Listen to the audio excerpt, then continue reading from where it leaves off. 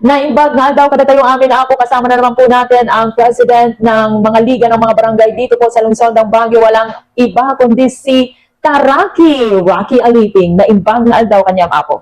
Kastamatkin ka, Apo Ikit ng Bayan. Magandang good morning ulit. Ayun. Siyempre, pag-usapan naman po natin, ano-ano na nga ba ang mga aasahan natin na pagbabago po mula po sa inyong administrasyon dito po sa lungsod ng Baguio?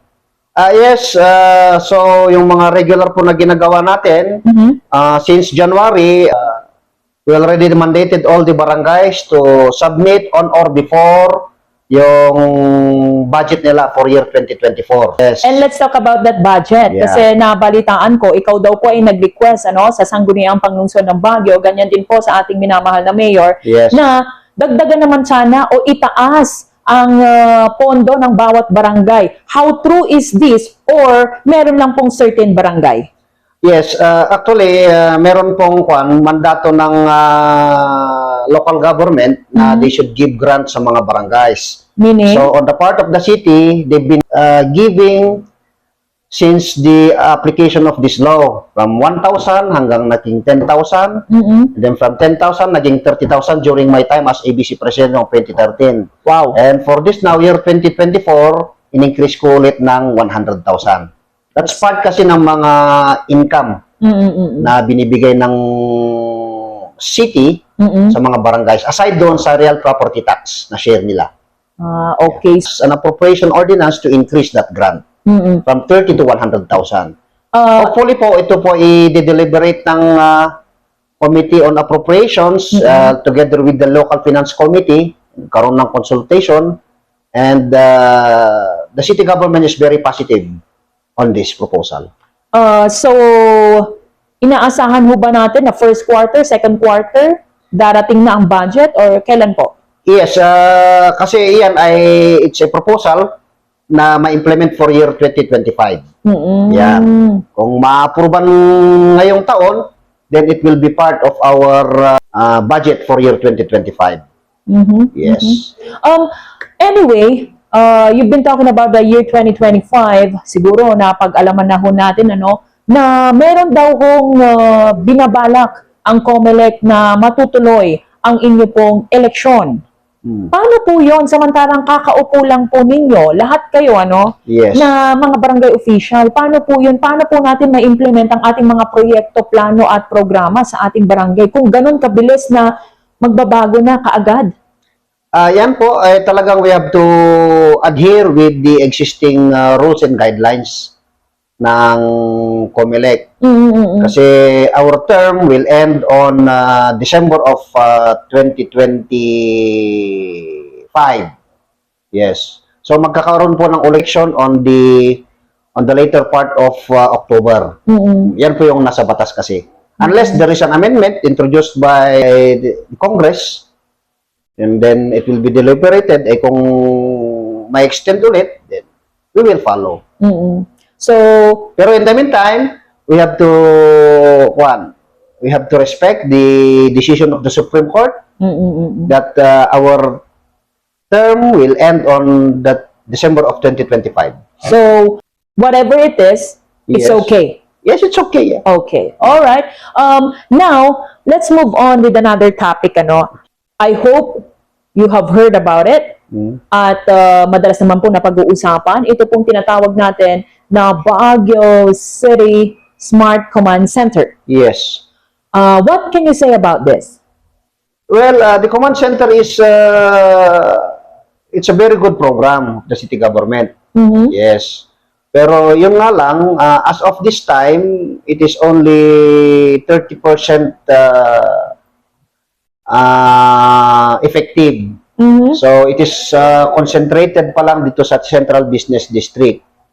And I have talked with the in charge of our command center that because of scarcity of funds, yung po isang kinoconsider natin, na dapat i-link na po lahat ng mga 128 barangays. Yes. Para po ma-maximize natin ang operation ng ating command center. However, nalaman din po namin mula po sa aming pakikipanayam sa kanila Yes. nitong kamakailan lamang na ang 128 barangays analog pa lamang po ang ginagamit na CCTV. Yes. Samantalang ang kailangan po kasi kapag Smart Command Center ay digital na. So Yeah. hindi po tayo nakakonekta sa Smart Command Center.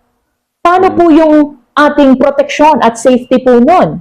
Yes, sa mga barangays, meron kaming individual na CCTVs, meron kaming monitors na nakalagay lang po doon sa strategic locations namin, and then yung command center namin is sa barangay.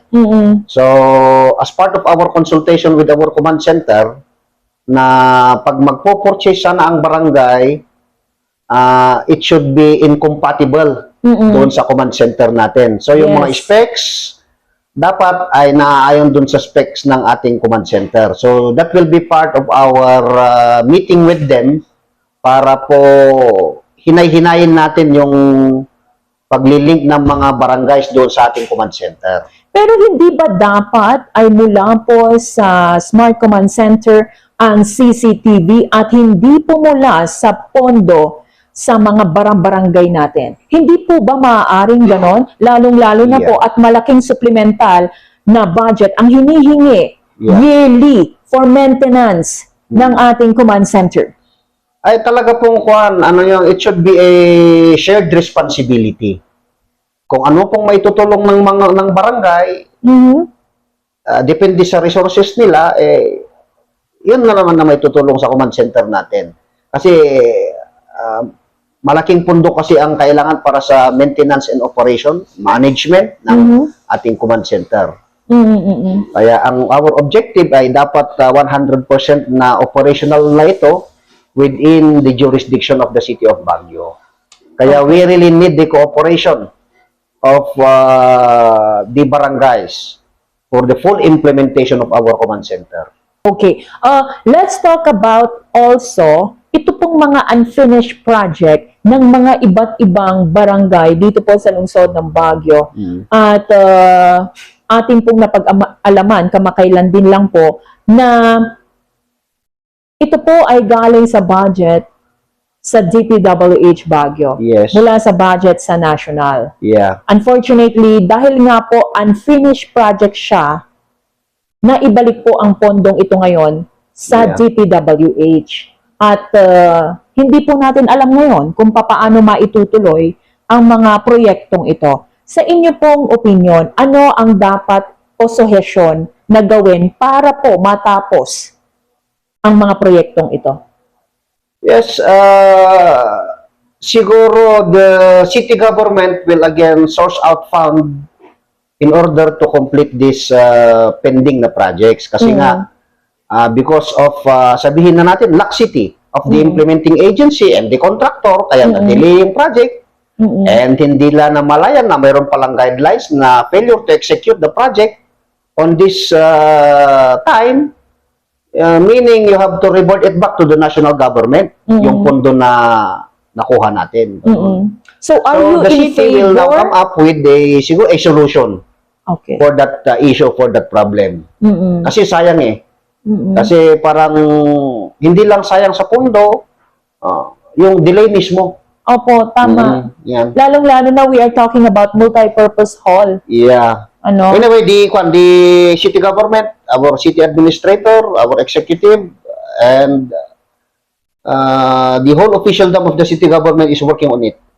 Yes. Nagkaroon ng However, problema, so we have to find a solution. Okay. However, they were asking for a supplemental budget from the Sangguniang Panglungsod to approve this supplemental budget para nga daw po matapos na ang mga proyektong ito. Kailangan ba talaga na mula po sa kaban ng bayan ang pondo para po matapos ang mga unfinished project na ito o maaaring muli na tayo po ay mag-request sa DPWH?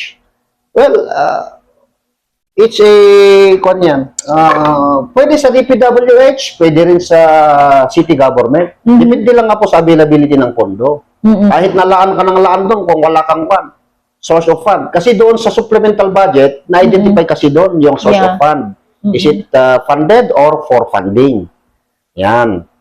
So, hindi naman agad-agad na ina-approvean ng City Council yan. We have to review, deliberate, and come up with a decision. Yes. Yeah, just like we have now to adopt the submitted annual investment program for year 2024. So, all of the items were already approved except for item 25. It's about the rehabilitation of our sewage treatment plant because yung source of fund kasi is maglo-loan tayo sa ADB. Yan. And it will cost around 3 billion. And then, based on the feasibility study, we have to pay that loan for a period of 29 years. Just imagine. Oh. Buhay pa ba ako nun? Hopefully, buhay pa tayo.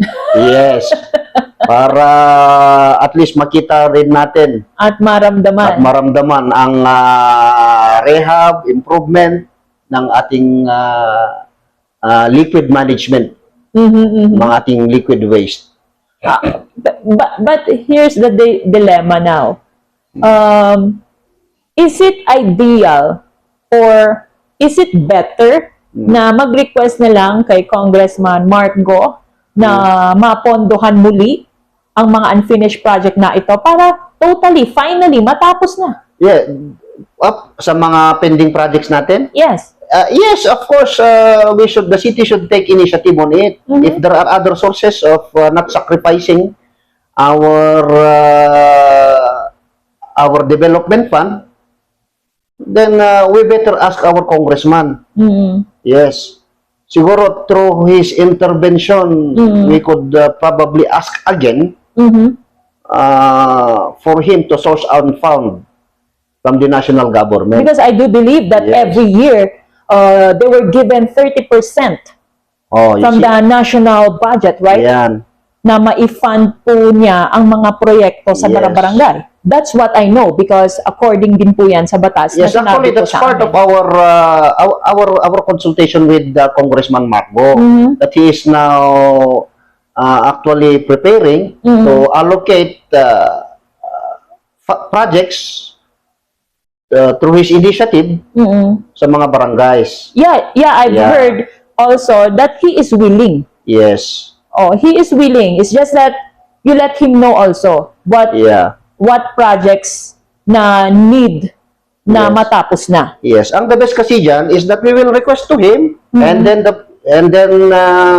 we will it will be downloaded pala sa implementing agency and let the implementing agency implement it. And that andito naman kami, LGUs, the barangay, the city government, who are the end users. Who will be part of the project monitoring and evaluate the project. That's the best thing to do. No need for us to download to the city government because we already have that implementing agency. Exactly. Yes. Okay. Kasi andito naman part of our monitoring ng implementing agency, implementing office, meron ding monitoring doon on the part of the end user. It's either the barangay or the local chief executive. And then meron pa tayo yung COA. Ayun. Kaya ang dami. So para doon nadidire kasi ang project eh. Yeah. Yon. Kung mula sana sa pakikipag-usap ng ating kongresista sa DPWH, tapos ngayon naman po ay ida-download sa kanyang opisina, ay didiretso naman si Kong ngayon sa 128 barangay sa inyo naman pong inisyatibo. Yes, yun po. O, di ba? Mas maayos po iyon na proseso. We have to Kesa remember naman, that yung projects na yan ay funded ng national government. yes, kesa yung ginawa noon ng lokal na gobyerno na nag-request po sila ngayon sa DPWH, ang DPWH naman ay dinownload ang pondo sa LGU, ayun, na pending ang proyekto. Yes, yes. So, We mas hope that maganda will be corrected. yung sinabi mo. Yeah. Na mas maganda proseso. yun. Yes, because that Okay. is Mula the na process. lang po ngayon sa opisina ni Congressman Yes. Mark Go. Kasi in the event na merong substandard or may issue regarding sa implementation or may issue regarding doon sa bidding, then andito naman ang end user who will question that. Yes, yes. Okay. I think that's a good idea. And that is better. No? That's a best procedure that we can do right now in order for our projects to totally, finally, matapos. Wala nang pending. Yes. Wala nang unfinished na sinasabi. Wala nang construction freeze. Yes. Okay, now let's go to another topic. I know na hanggang ngayon po problema pa rin po natin ang basura. Narinig kita noon na sinabi mo meron kayong solusyon na ginagawa. Do you think what you're doing before, during the term of Yaranon, Yes. could be possible today? Can we apply that on this generation? Yes, that can be applied. Actually, na-apply na nga natin hanggang ngayon. Kasi alam naman natin na lahat ng mga PPAs ng gobyerno ay da-download sa barangay. Yan, particularly sa solid waste management. Okay. And I heard from the GSO na maglalaps na yung 10-year solid waste management plan. So, it will be again be renewed para i-adapt po natin yung present situation ng ating basura ngayon. Yan.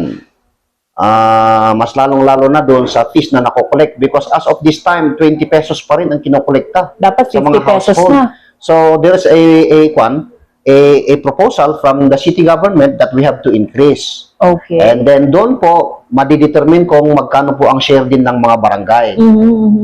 Kaya tutulong po, magtulungan 50 po. pesos Yes. per household? No, it's not 50 pesos. I don't know, pero basta itataas po natin. We have to increase that. So, pinag-uusapan na Yes. po. Pinag-uusapan na po. And Pero- siguro within this week, I will be coordinating with the GSO and with our local chief executive para ipanukalan na po yan sa City Council para ma-approve na so that it will now be implemented hopefully for third or fourth quarter of this year. Kung kayo po ang aking tatanungin, mula po sa 20 pesos, ano po yung inyong suhestyon sana na presyo? Well, ang pan namin, if we could increase that up to 100 pesos, kasi ang laki-laki po kasi ang ginagastos natin sa management ng ating basura. The city government, di ba, nasabi ko noon that we're spending around 200 million. Yes. So, we are subsidizing almost 160 million kasi ang collection natin is around 40 million lang. So, imagine that. Paano natin masussustain Yeah. ang pag-manage ng ating basura pag ganon? So, we really needs the involvement of the whole citizenry of the city of Baguio. Kasi kailangan na it should be sustainable, and then we have to minimize also our expenses in order to maximize our output. Yes, Yan. yes. We have so much to talk about sa mga susunod po na Wednesday sa ating Yes. boses ng mga liga ng mga barangay dito po sa lungsod ng Baguio. Unfortunately, we do not have so much time. So Yes. sa susunod ulit po na ating Yes. episode. Pero meron kahubang pahabol po na announcement sa ating pong mga nanonood at nakikinig ngayong araw na ito. Yes, for this month, it is Women's Month. So, happy Women's Month to sa lahat po ng kababaihan. Yes, alam mo, ikit ng bayan na for the success and failure of a man is a woman behind, ganun ba? And vice versa. Ayun. Wow. So, kailangan namin kayong mga kababaihan para successful po ang mga kalalakihan. Yan. And again, an announcement sa 128 barangays, alam nyo naman na first quarter. Yeah. For the month of March is the schedule of our Barangay General Assembly. Okay. Yan. So that is a mandato from our regulator sa DILG na we have to conduct our General Assembly for this first quarter. Kindly schedule po ninyo para malaman natin, para ma-monitor po natin yung mga schedules para po as much as possible mapuntahan po ng opisyal ng ating liga para mabigyan po, matignan po natin kung ano po yung mga ibang mga concerns ninyo. Salamat po and happy Women's Month. Ayan. Oo. Isa na naman pong makabuluhan na edisyon ang inyo pong napakinggan at napanood dito po sa Balitang Northern Luzon para po sa programang Ang Boses ng mga Liga ng mga Barangay. Kaya naman kita-kits muli po tayo sa mga susunod na araw para po pag-usapan ang mga issue sa barangay dito po sa lungsod ng Baguio. Maraming salamat po sa inyong lahat.